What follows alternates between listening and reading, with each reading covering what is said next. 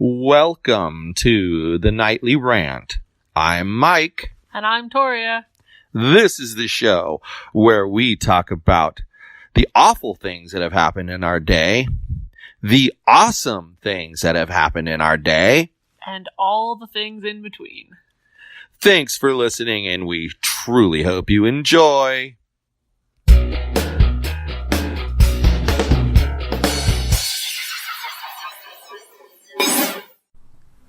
Okay, tell me something.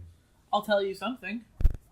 What are they thinking evicting people from the Riverbed right now? Out of sight, out of mind. Where do they think these people are going to go? To the ocean or the desert.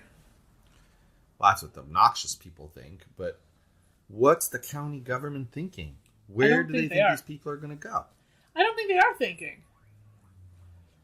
I think that they believe moving them out of the riverbed will just make them disappear. Evaporate into thin air. Perhaps. Kind of how it seems. Perhaps. Perhaps that's what they think. But this was premeditated in a big way because you had Spitzer going on the radio talking to John and Ken about how, well, only 86% of them, they don't want help. When the sheriffs went down there, only 86% don't want help. Well, the judge says that we have to find spots for all of them, but we're going to argue that we can't be made to find spots for people who don't want help. Premeditated. Okay, and this is the guy who's planning to run for district attorney. So he's hoping to utilize this tough on homelessness as a jumping pad into district attorney. Why are people so stupid, though, to believe things like that? Because there are 5,000 homeless people in Orange County and only 500 beds. If only 84% don't want help, and they have to have beds for all of the ones who want help. Well, but don't forget that doesn't add up. But you're kind of missing the whole point that everybody seems to miss.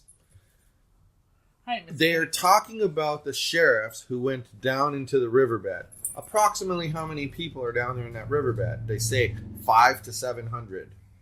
Yeah, so they're about 10% of the overall population of homeless in Orange County. And yet they're going to advertise that 86% of the homeless don't want help. No, 86% of that 10% didn't want help. But that 10% is a special group of people who chose to live where they're living. But also, since it was the sheriffs that went down and asked, do you really think that number's ever accurate? Not when it's with the police, no. When somebody that they're afraid of is offering to help them. Yeah, they're not going to take them up on that offer. Like, there's a reason that the sheriffs get 83% don't want help, but organizations that are designed to help the homeless people get like 4.2% don't want help. Yeah, well, it depends. Exactly. It depends on who asks the questions. And how the question is asked. It all matters. And this isn't me saying anything against the Orange County sheriffs. FYI. Well, I have nothing what's against always interesting to me is I'll ask the question online. I used to ask the question, what would you do? And you get the sassy answers like, put them on a shipping container and drop them into the ocean, or take them out to the desert and bury them. Or my personal favorite, give them all free drugs and then they'll just overdose. All of those things are what people come up with. But then I started asking the question, if you were a member of city council or on the board of supervisors and you were going to legally solve the problem, what would you legally do to solve the problem? Have you gotten the answer yet? And you get crickets, because they don't have any clue what is legal in the first place. And most people, like, I had an argument with some guy once, recently, maybe in the last 30 days, about the homeless, their belongings. Right. Being the fact that they have to keep them in storage. And that they have to let them know that they took it. He did not believe me on that. It's case law.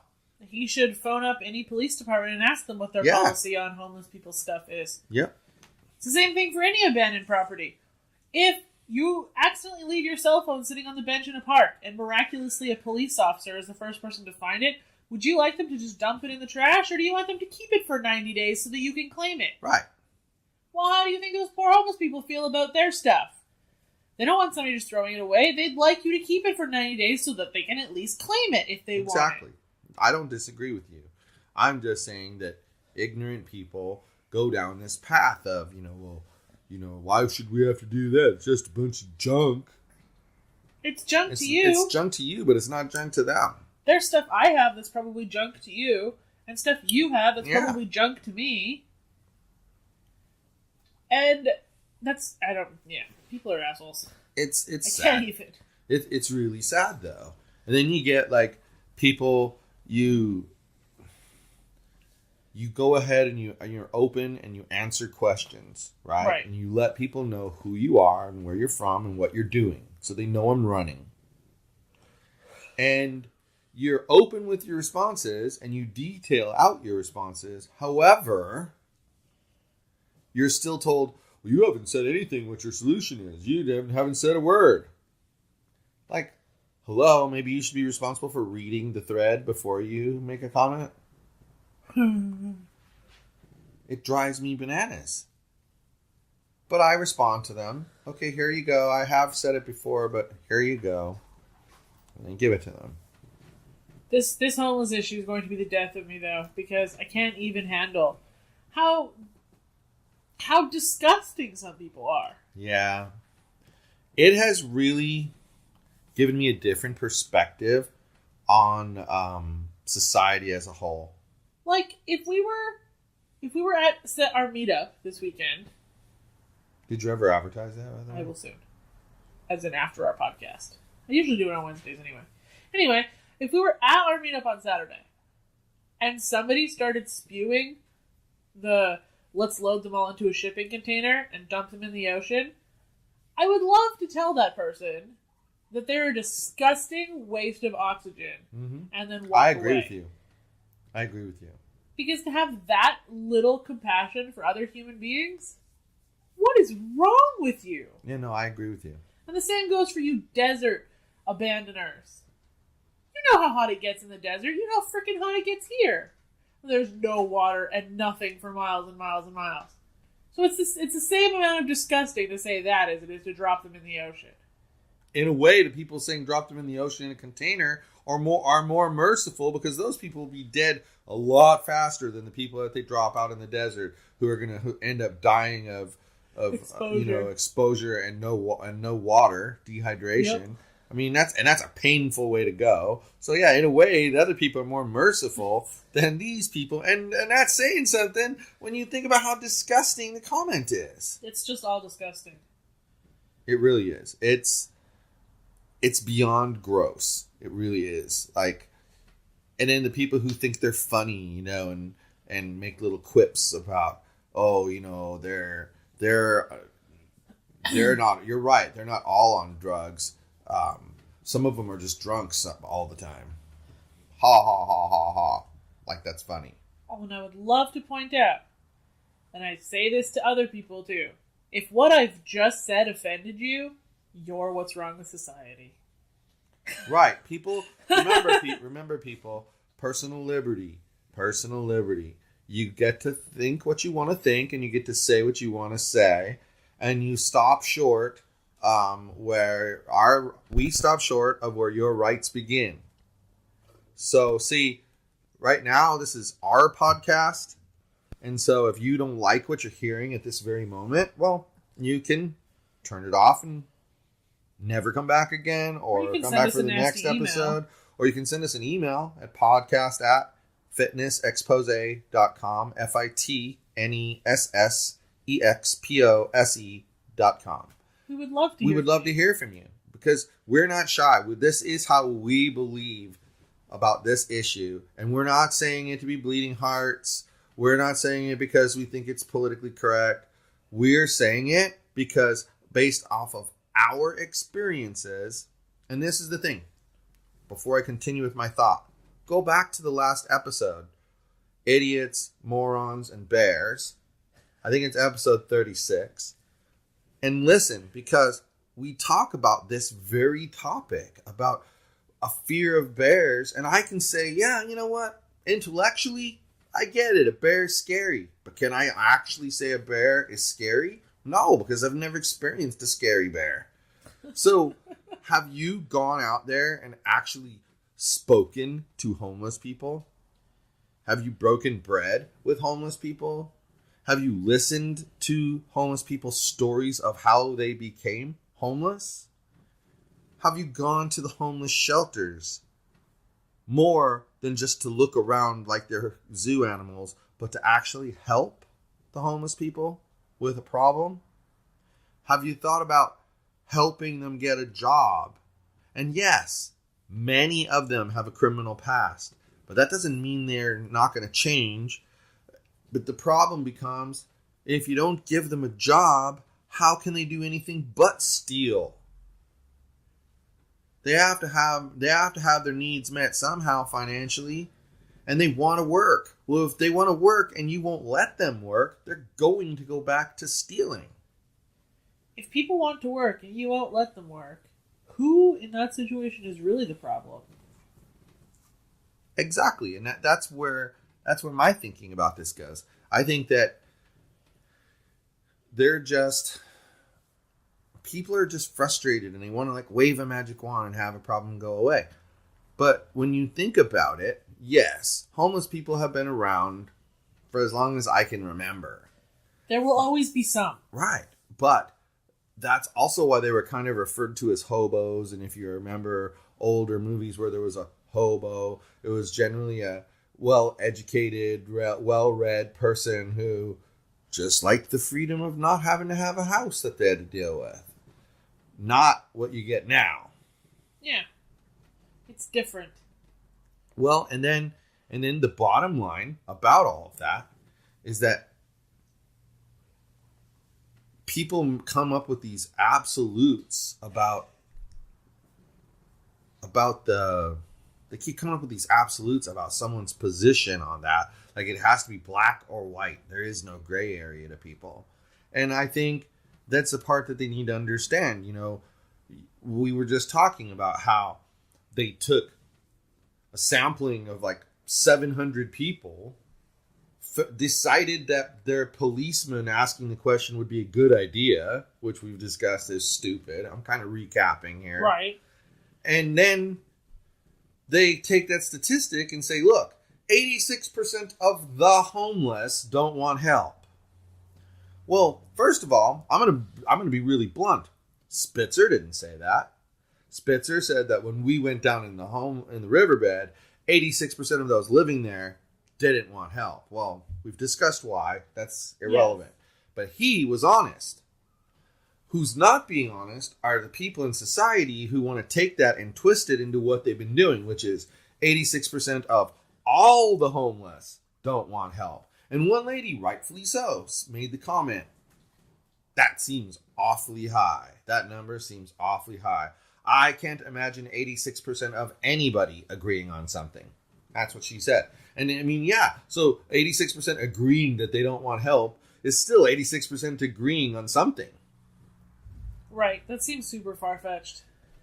It is far-fetched, clearly. Yes. Because the sampling is too small. But I think what's going to become interesting is I almost wanted to take a Google sheet and put the names of people and where they stood on the issue. Uh-huh. And then watch when the county gets sued because of sweeping the homeless people out. How many of them are hypocrites and say things like, I told you this was a bad idea. When what they were really doing was, yeah, this is the greatest thing ever. You know?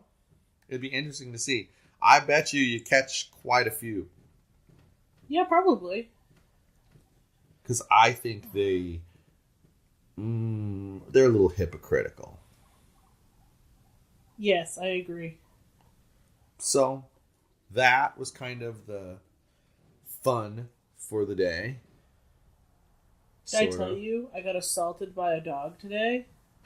Yeah, you should tell them about it, though. What happened? So,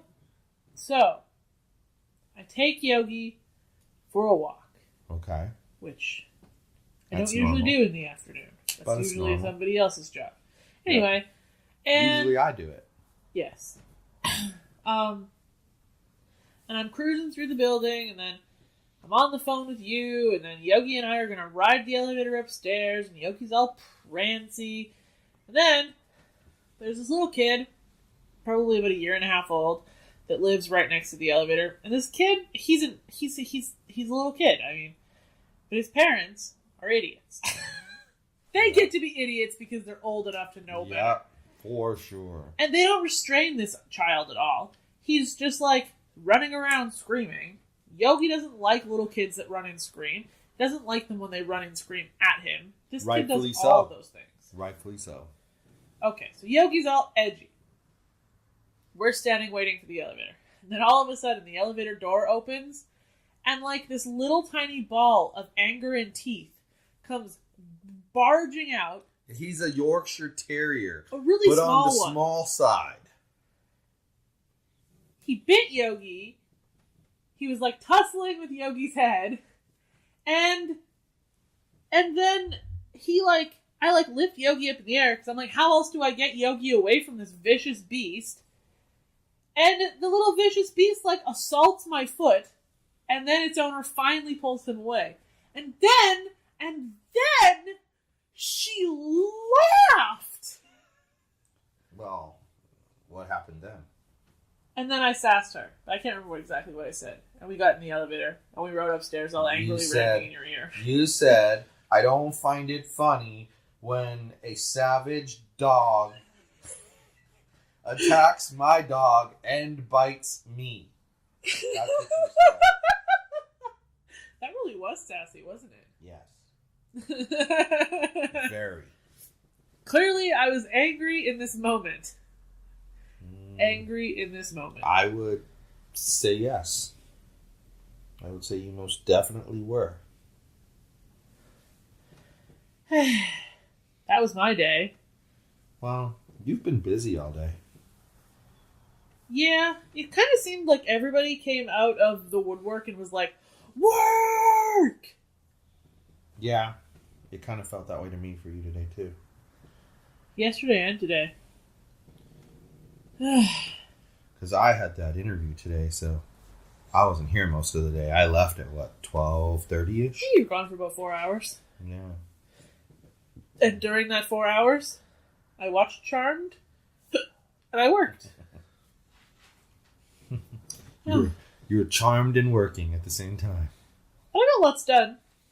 I set up a whole Facebook ad campaign, which I actually had to make the content for, because I only had 2, and she wanted to do 4 at once. Mm-hmm. That's okay. And I edited some articles, and I did some other stuff, and That's fun. yeah, That's really fun. it was decent work. Oh yeah, and I organized cake delivery that clearly went poorly. Stupid people. How often is it that all 4 of the people that you usually have do tasks for you are busy, so none of them can do the task for you, and you have to hire somebody random, and they're literal garbage? Yeah. Yeah, that. And you use that app, right? The one about the rabbit? TaskRabbit. Task Rabbit. But yes, everybody else I contacted today we found them on TaskRabbit, and they're fabulous, and now they work with us outside of TaskRabbit. But what?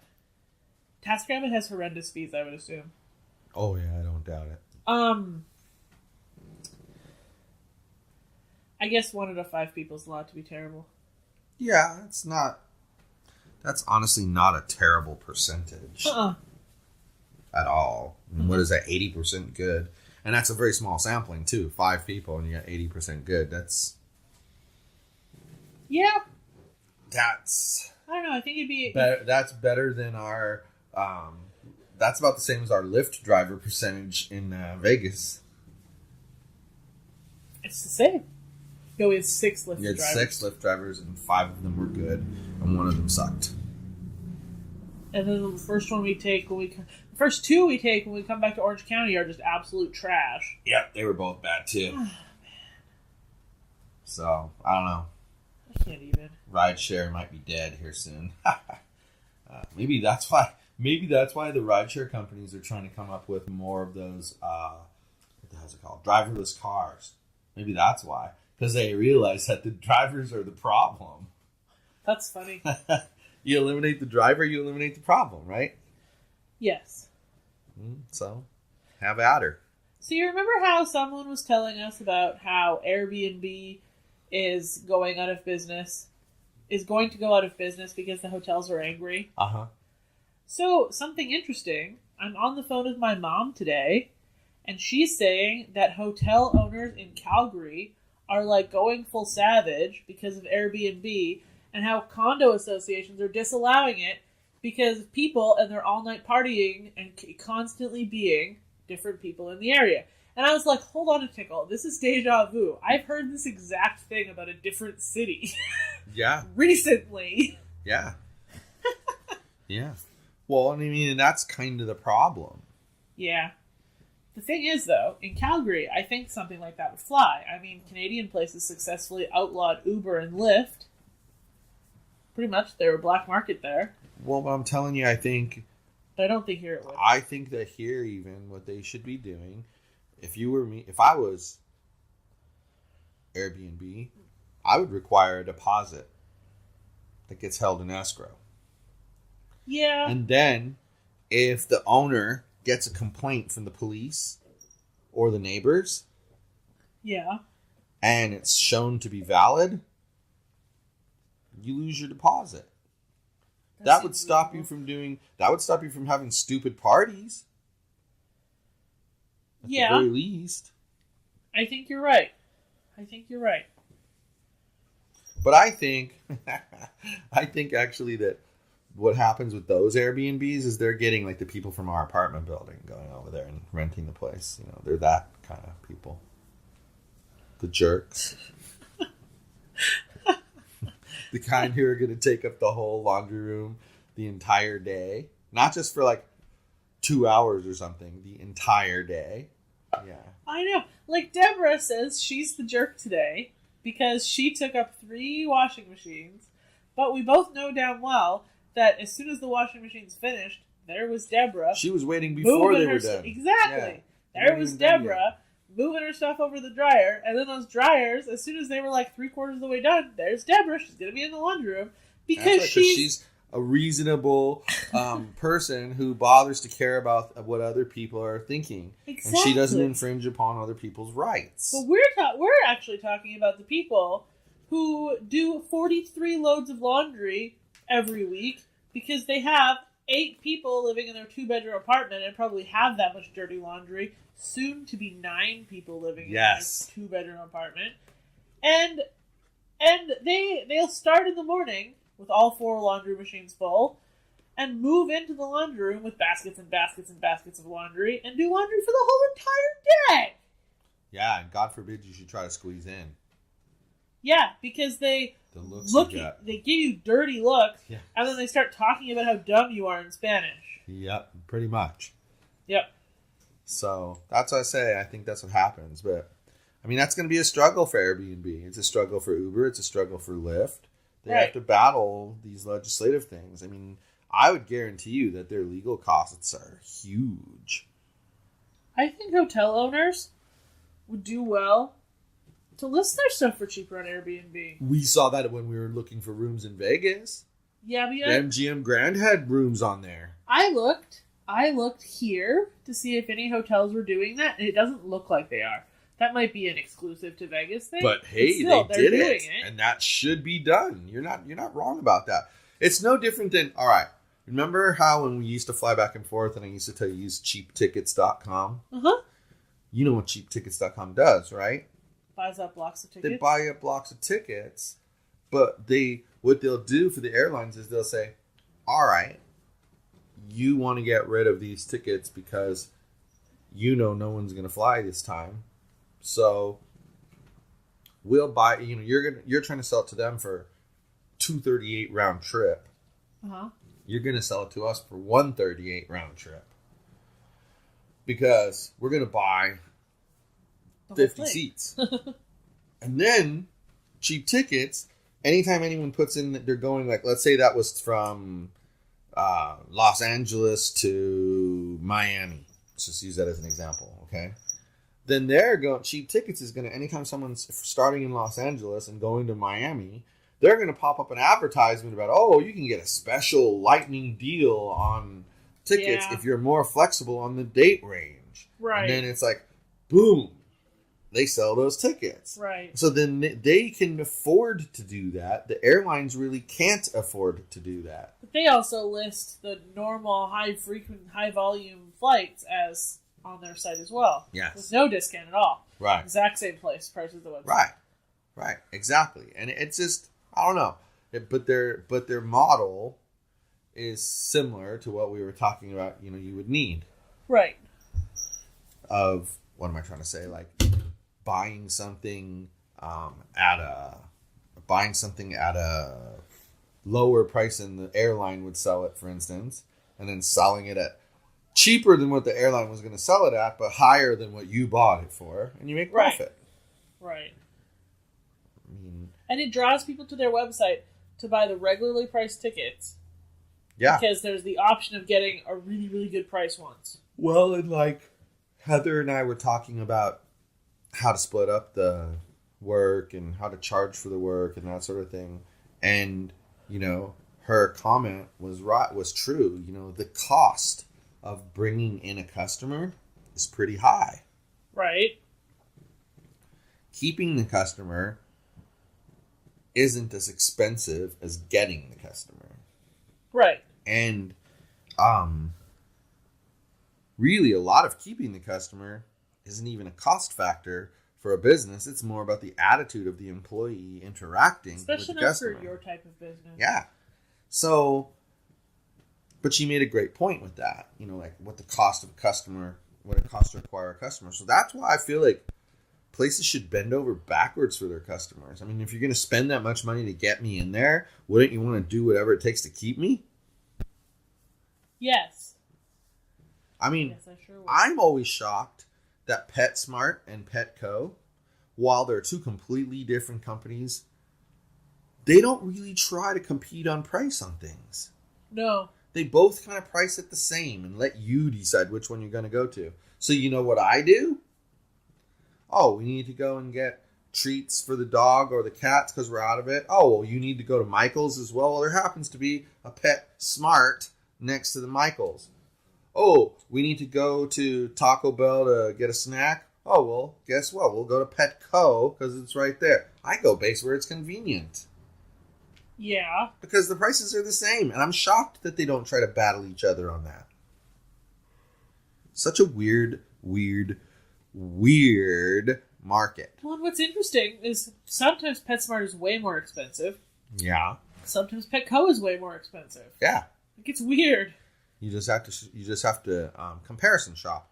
Yeah. But, I mean, and then look at the hay for the guinea pigs when we were first we go to the feed shop in Lakewood because you get a 96-ounce bag that costs $19.99 minimum here at Petco or PetSmart, and you get it for $12.99 at the feed shop.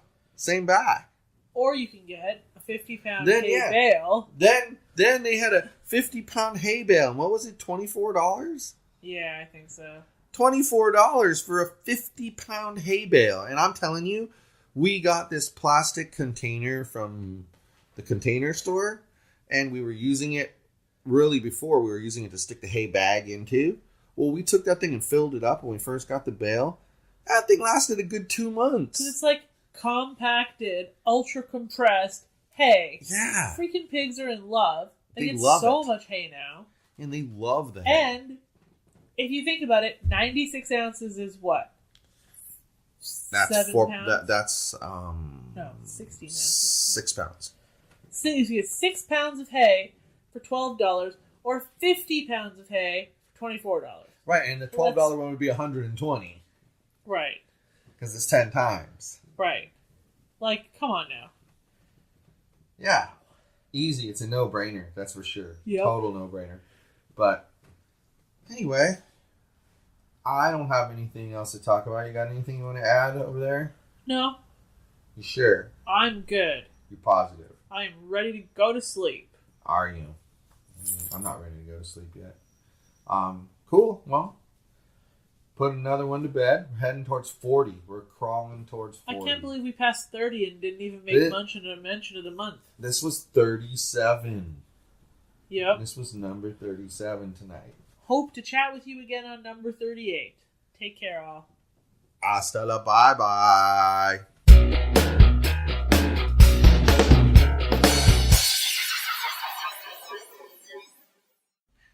Hey, this is Mike, and I just wanted to tell you that if you enjoyed the show, and I truly hope you did, you can subscribe on iTunes or Google Play and not miss a single episode.